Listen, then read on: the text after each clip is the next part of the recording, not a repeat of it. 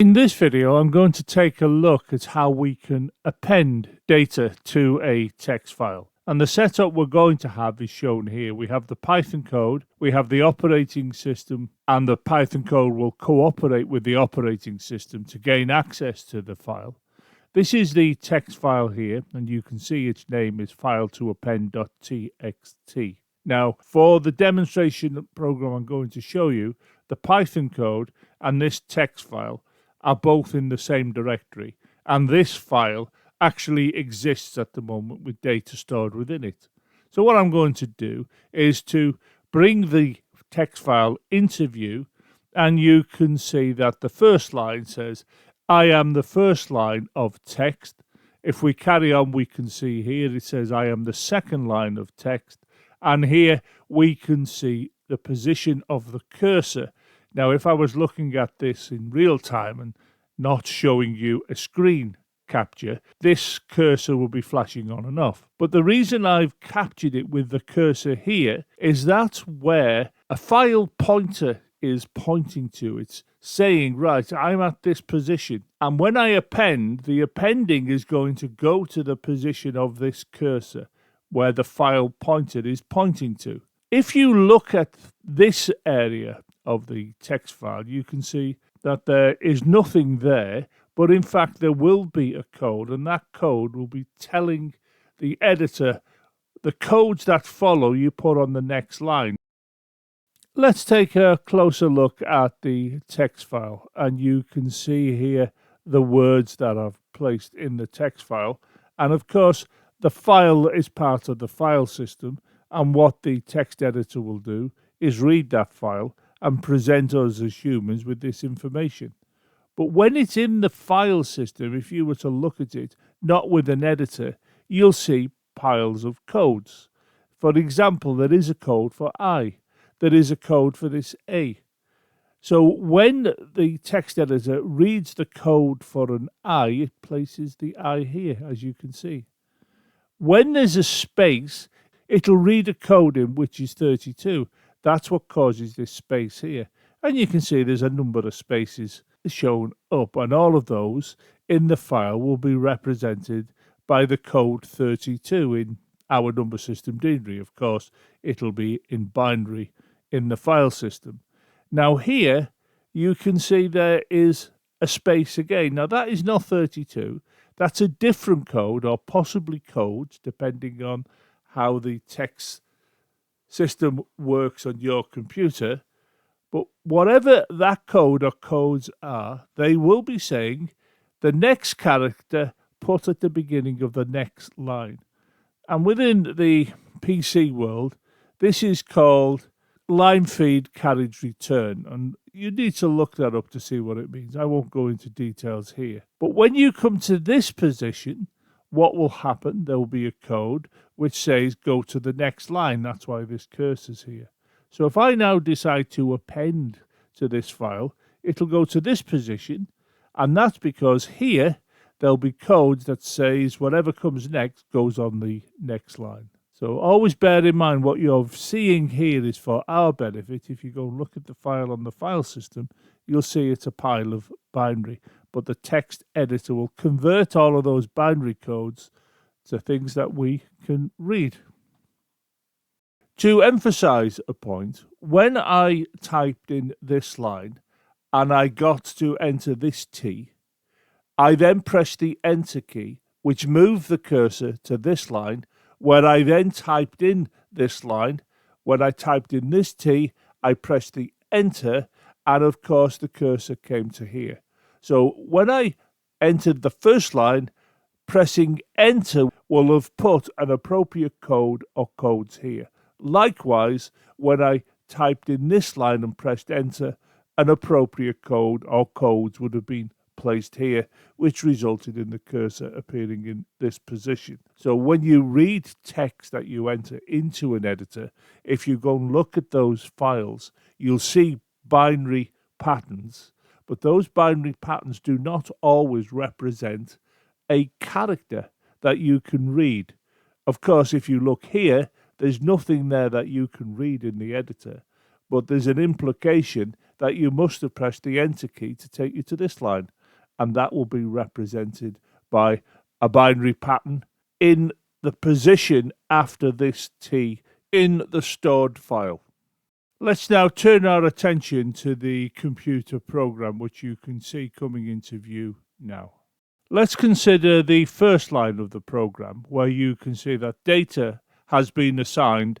I am aligned to be appended to the file. So I'm just creating some data here, which is a string that I'm going to append to the file that already exists.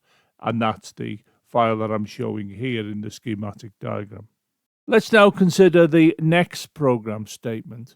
And you can see we're using open, and we're going to be opening this file, which is the file to append.txt that we've already discussed. But you'll note here, I've got A in quotes, lowercase a. Now that means we're going to be opening the file to allow it to be appended to. Now, as with all open statements that we're going to be looking at, resources will be set aside, and you can see those resources coming into view here.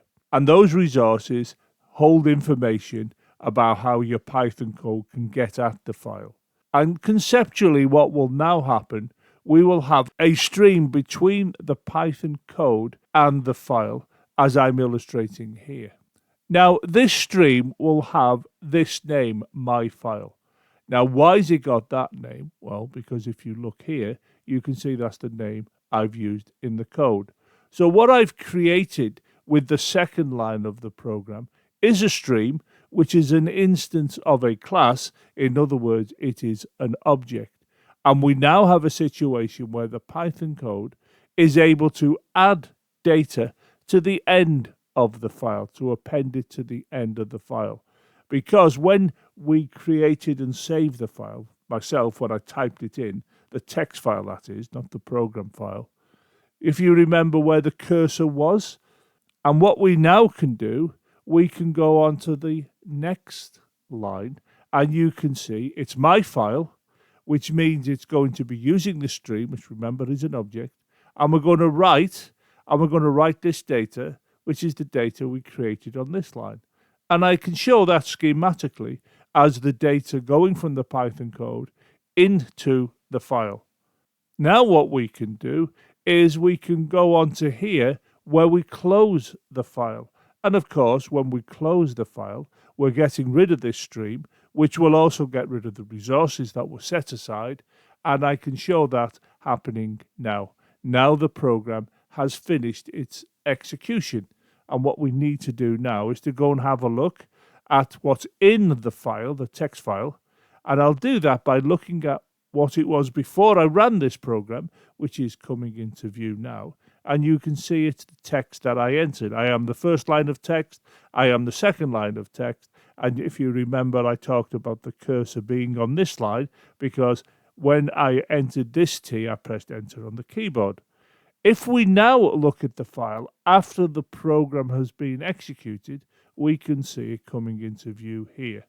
And look at this position, and you can see it is I am aligned to be appended to the file, and that is the data that I created on this line, where you can see here I am aligned to be appended to the file. So the before and after show the effect of the computer program that I've just executed. And this line was placed here because the cursor was here in the file. To be a little bit more pedantic, this cursor is flashing there because of the editor, and it gives us a visual representation that I have pressed enter when I entered this T here.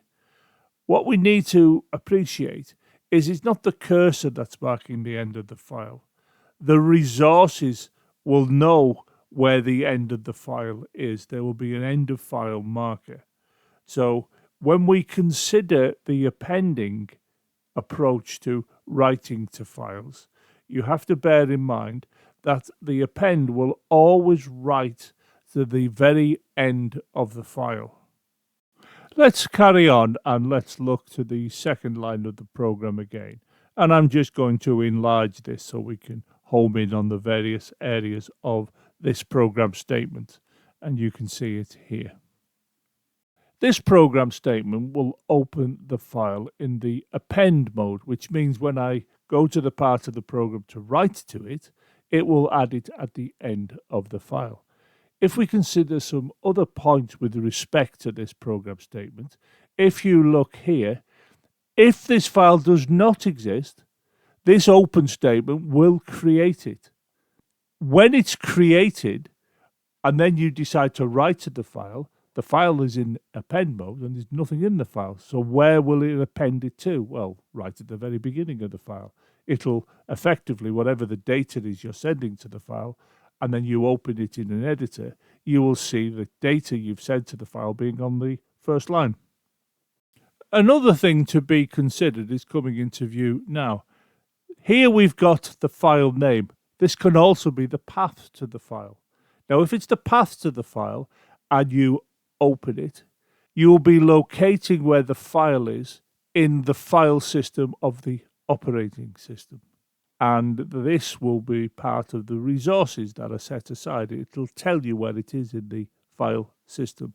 It'll be in a particular directory or a particular folder, if that's how you prefer to refer to directories. So the file will need to be identified in terms of its position within the file system if the file is not in the same directory as your Python program. It's worth considering this. If the file does not exist in the directory, this will attempt to create it in that directory, in that folder. But the operating system may not give you permission to write to that directory. So just bear that in mind. The operating system might hold the folder that you're attempting to create a file in, and the operating system turns around and says, sorry, you can't write here. Now, when that is the case, you have to catch that with your Python program somehow.